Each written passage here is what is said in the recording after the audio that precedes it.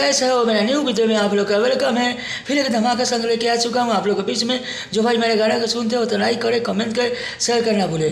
चले, यह गाना प्रियांशु पांडे के ट्रैक पर लिखा हुआ सॉन्ग है, सांस बन के धड़ के लूँ।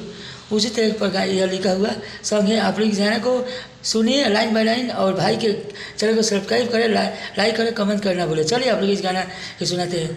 जिंदगी उजाड़ दिलू हमारा के छोड़ के, जिंदगी उजाड़ दिलू हमारा के छोड़ के, चल गइलू दूसरा लोगे दिलवा के तोड़ के, जिंदगी उजाड़ दिलू हमारा के छोड़ के, जिंदगी उजाड़ दिलू हमारा के छोड़ के।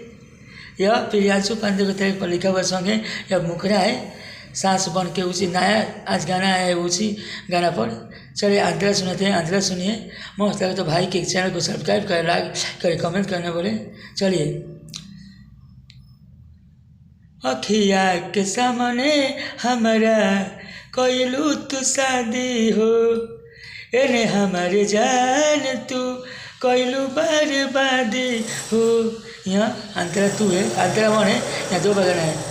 अखिया के सामने हमारा कोइलू तू शादी हो, एने हमारे जान तू कोइलू बर्बादी हो, चल गइलू दूसरा लगे मुहावा तो मोड़ के, जिंदगी उजाड़ दिलू हमारा के छोड़ के, जिंदगी उजाड़ दिलू हमारा के छोड़ के, सास बन के बसल बारू दिल के धड़कन में।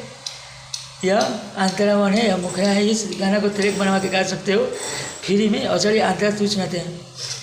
अंतरा तू सुने, भाई के चैनल को सब्सक्राइब करें और पीछे बबलू से चैनल को जाइए, लाइव मेरे गाना सुनिए, मेरे चैनल को सब्सक्राइब करें, लाइक करें, कमेंट करें और शेयर करें ताकि दूसरे के पास जाए।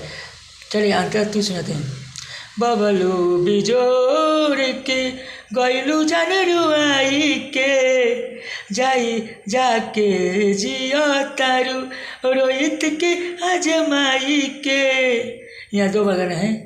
बबलू बिजोड़ के गइलू जान जान रुआई के, जाके जिया तारू रोहित के आजमाई के, चल गइलू दूसरा लगे दिलवा के कोड़ के, जिंदगी उजाड़ दिलू, जिंदगी उजाड़ दिलू हमारा के छोड़ के, जिंदगी उजाड़ दिलू हमारा के छोड़ के।